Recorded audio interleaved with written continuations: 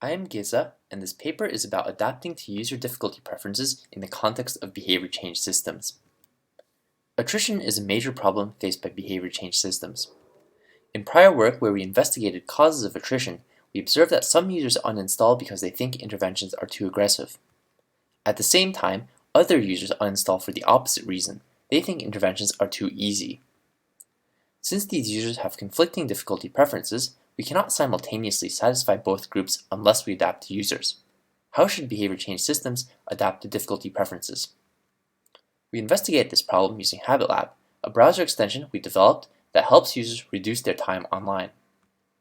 After installing HabitLab, users select sites they would like to reduce time on, such as Facebook, which we call goal sites. Each time a user visits a goal site, an intervention will be shown to the user. This paper focuses on users whose goal is to reduce their time on Facebook. HabitLab has 12 interventions available for reducing time on Facebook. We asked raters to classify each of HabitLab's 12 interventions into one of three difficulty levels: easy, medium, or hard. Here's an example of an easy intervention. It shows a timer in the user's Facebook feed, displaying how long they have spent on Facebook today. Here's an example of a medium intervention. It hides the Facebook feed by default. Here's an example of a hard intervention. It automatically closes the tab after 60 seconds. We use HabitLab to investigate the following research questions.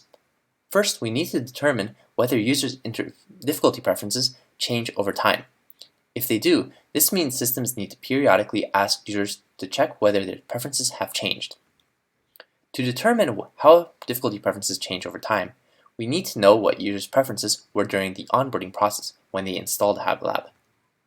To determine users' initial difficulty preferences, we show this prompt to new users, asking them to choose one of four difficulty options: no interventions, easy, medium, or hard. We have responses from over 8,000 users. The most commonly chosen initial difficulty is easy, followed by medium and hard. Less than 10% of users choose no intervention. To measure how difficulty preferences change over time, each time a user visits Facebook, we prompt them to choose the intervention difficulty for this visit. Here we show how intervention choices change over the first 200 choices. We see that the fraction of users choosing no intervention increases over time, with over 70% of users choosing no intervention on their 200th choice.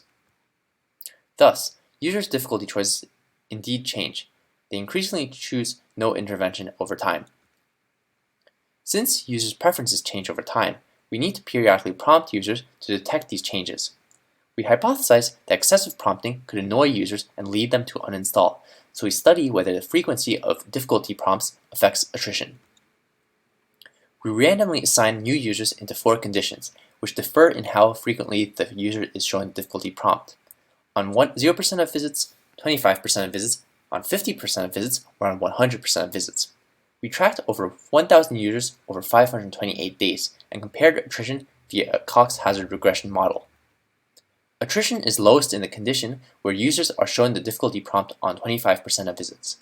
Attrition in this condition is significantly lower than asking users to answer the difficulty choice prompt every visit. Thus, we found that while prompting users to answer the difficulty choice prompt every visit increases attrition, low-frequency prompting does not increase attrition.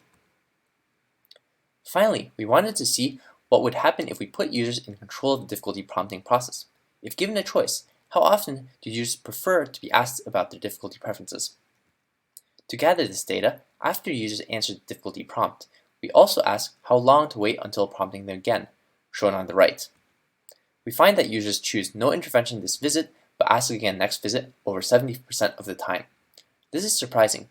Users are asking for frequent prompting despite the difficulty choices remaining the same. Perhaps while answering the time prompt, users were expecting that the future difficulty choice might change, but when the time actually comes, they still keep choosing no intervention. Thus, if we let users choose when they will be asked again about their difficulty preferences, users' most common choice is to ask for no intervention now, but request that they be asked again next visit.